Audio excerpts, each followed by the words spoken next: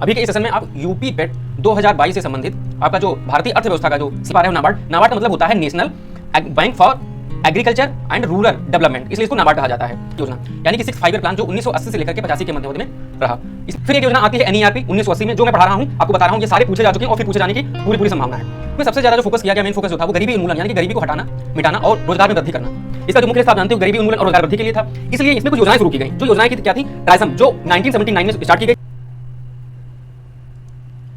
अभी के इस सेशन में आप यूपी पेट 2022 से संबंधित आपका जो भारतीय अर्थव्यवस्था का जो सिलेबस है, जो आयोग के द्वारा दिया गया था, वो यहाँ पर आप पेस्ट है, जैसा कि आप देख पा रहे हो। तो इसी के संबंध में हम डिस्कस कर रहे हैं, जिसका आज ये छठा सेशन है। बाकी के जो पीछे वाले सेशन है आप प्लेलिस्ट में जा करके देख सकते हो। तो चलिए स्टार्ट करते हैं आज के सेशन को। इस सेशन में आप देखेंगे कि छठी पंचवर्षीय योजना यानी कि 6 5 ईयर प्लान जो 1980 से लेकर के 85 के मध्यावधि में रहा। इसमें सबसे ज़्यादा जो फोकस किया गया, मेन फोकस जो था वो गरीबी उन्मूलन यानी कि गरीबी को हटाना, मिटाना और रोजगार में वृद्धि करना, इस पर सबसे ज़्यादा इन्होंने फोकस किया था। और फिर क्या वृद्धि दर की अगर बात करें तो लक्ष्य तो रखा गया था 5.2% का, जबकि प्राप्ति कितनी हुई 5.4% की रही। और सबसे ज़्यादा खास बात यह है कि एनुअल वृद्धि थी, जो एनुअल जो था यहाँ पे लक्ष्य रखा गया था। एनुअल का मतलब जो आप सालाना कहते हो, उसी का मतलब एनुअल होता है। फिर अगर देखते हैं इसी पंचवर्षीय योजना में यानी कि छठी पंचवर्षीय योजना में नाबार्ड की स्थापना होती है, जो स्थापित होती है 12 जुलाई 1982 को।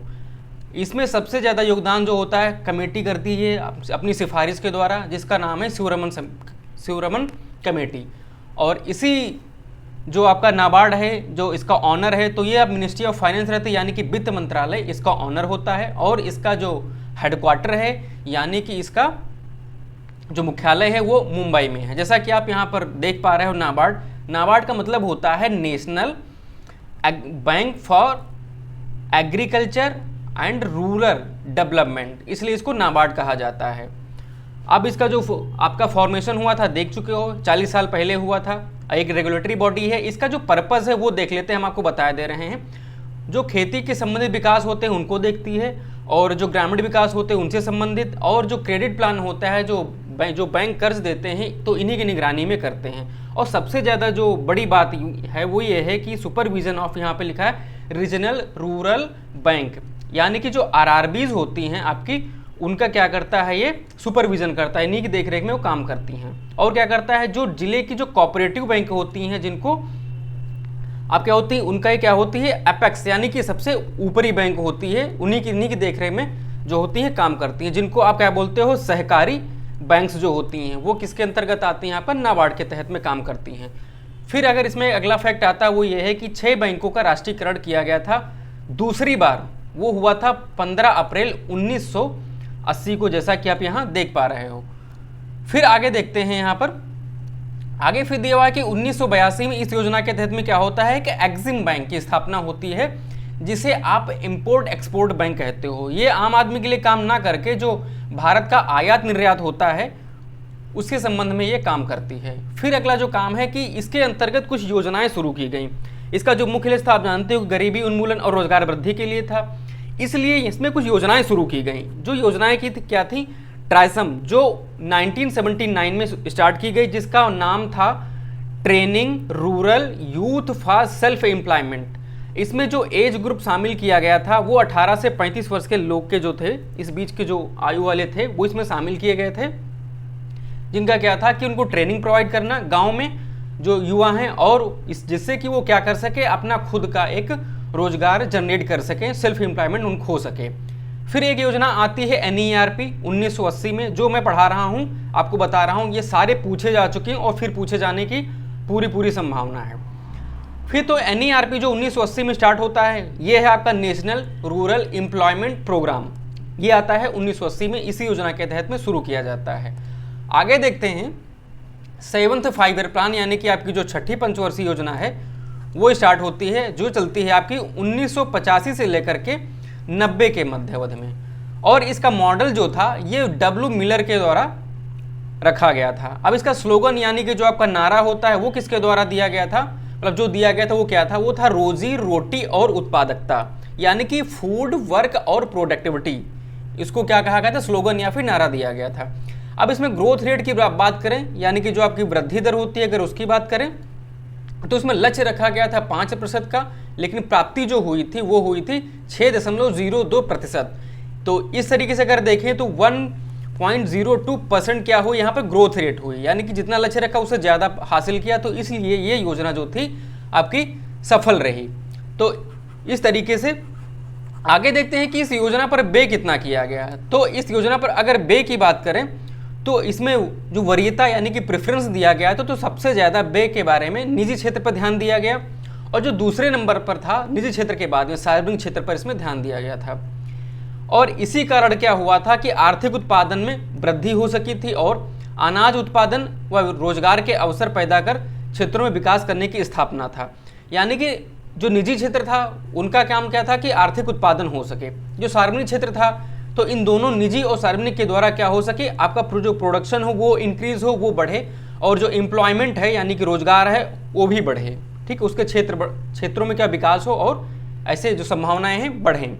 फिर आगे देखते हैं इसमें दिया हुआ कि 1985-86 में इंदिरा आवास योजना आती है, बहुत ही महत्वपूर्ण, जो आज की डेट में आप देख पा रहे हो, जो पीएम आवास योजना चलती है। और फिर उसमें क्या होता है, एक रूरल है और एक अर्बन है, यानी कि एक ग्रामीण है और एक शहरी है। तो ये इसका जन्म वहीं से हुआ था। इसको नाम बदलते बदलते परिवर्तित होते होते आज यहाँ तक आई है, जिसको हम आगे अब डिटेल में देखेंगे। तब तक के लिए यहाँ पर जो आपके एग्जाम से संबंधित है पेट के लिए सिर्फ उतना ही यहाँ पर हम देखने वाले हैं। तो इसमें क्या हुआ था कि इंदिरा आवास योजना आई थी, जो क्या करती, ग्रामीण क्षेत्रों में आवास उपलब्ध कराना इसका मुख्य उद्देश्य था। फिर उसके बाद में एक योजना आती है इंदिरा आवास योजना के बाद में, वो ये है कि जवाहर रोजगार योजना आती है। इसकी तारीख है 1 अप्रैल 1989 को। फिर इसको क्या कहते हैं, JRY, अगर कहीं एग्जाम में लिख करके आ जाए तो इसको याद रखना है, जवाहर रोजगार योजना है। फिर इसको क्या कर दिया गया, इसको मर्ज करके बनाया गया था। कौन क्या क्या इसमें मर्ज किया गया था, NERP और RLEGP। ये क्या है, NREP देख लेते हैं। NREP में क्या है कि नेशनल रूरल एम्प्लॉयमेंट प्रोग्राम, और ये कब आया था, 1980 में आया था। और फिर RLEGP यानी कि rural landless employment guarantee programme, यानी कि जिनके पास, जो ऐसे ग्रामीण जिनके पास जमीन नहीं थी, खेती करने के लिए नहीं थी जमीन, वो क्या करते थे, उनके लिए एम्प्लॉयमेंट जनरेट करना। तो ये योजना जो बनी थी ये 15 अगस्त 1983 को बनी थी। फिर क्या किया गया, इन दोनों योजनाओं को मिला दिया गया, मर्ज कर दिया गया, और मर्ज करके क्या बनाया गया, 1989 में जवाहर रोजगार योजना को लॉन्च किया गया, जो डेट ये आपके सामने है। फिर आगे देखते हैं इसमें जो आपका दिया हुआ है वो ये है कि जो JRY है यानी कि जवाहर रोजगार योजना है, फिर इसको रिप्लेस कर दिया गया, इसको हटा करके JGSYI, जिसको आप क्या कहोगे, जवाहर ग्राम समृद्धि योजना, जो क्या हुई थी, इसको भी 25 सितंबर 2001 को क्या किया गया था, मर्ज करके क्या बनाया गया था, संपूर्ण ग्रामीण रोजगार योजना बनाई गई थी। फिर आगे क्या आता है, अगर इसमें थोड़ा डिटेल में देखें कि जवाहर ग्राम समृद्धि योजना, इसकी जो पहले थी जवाहर रोजगार योजना, इसको पुनर्गठित करके सुव्यवस्थित करके नई योजना लॉन्च हुई थी। कब लॉन्च हुई थी आपकी, 1 अप्रैल 1999 को शुरू की गई योजना। इसका काम क्या था कि ग्रामीण गरीबों के जीवन को बेहतर बनाने के लिए उन्हें अतिरिक्त लाभकारी योजना प्रदान करने के लिए इसका निर्माण किया गया था।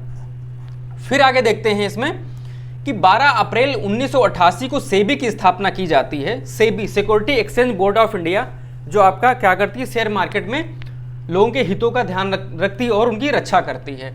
और फिर क्या हुआ, अगर इसके बारे में बात करें, इसको रेगुलेट कब किया गया, इसकी स्थापना तो कर दी गई 1988 में, लेकिन रेगुलेट किया गया 1992 में एक एक्ट यानी कि अधिनियम बना करके इसको रेगुलेट किया गया, बनाया गया। फिर क्या होता है कि 1987 में ट्राइफेड की स्थापना की जाती है। इसको बस इतना ही ध्यान रखना है।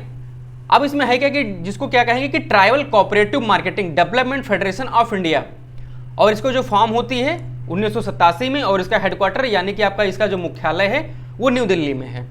फिर आगे देखते हैं कि योजना अवकाश कब आता है कि 1990 से लेकर के 92 के बीच में, ये 2 साल की रहता है। इसके अंदर के 2 वार्षिक योजनाएं चलाई जाती हैं। पहली क्या होती है कि 1 अप्रैल 1990 से लेकर के 31 मार्च 1991 तक चलती है। फिर दूसरी बार क्या होता है कि अप्रैल 1991 से लेकर के मार्च 1992 तक चलती है। इसके तहत क्या होता है कि जो ग्रोथ रेट यानी कि जो आपकी वृद्धि दर है वो क्या रहती है, निगेटिव रहती है, यानी कि नीचे आती है। वो कितनी आती है, 3.4%।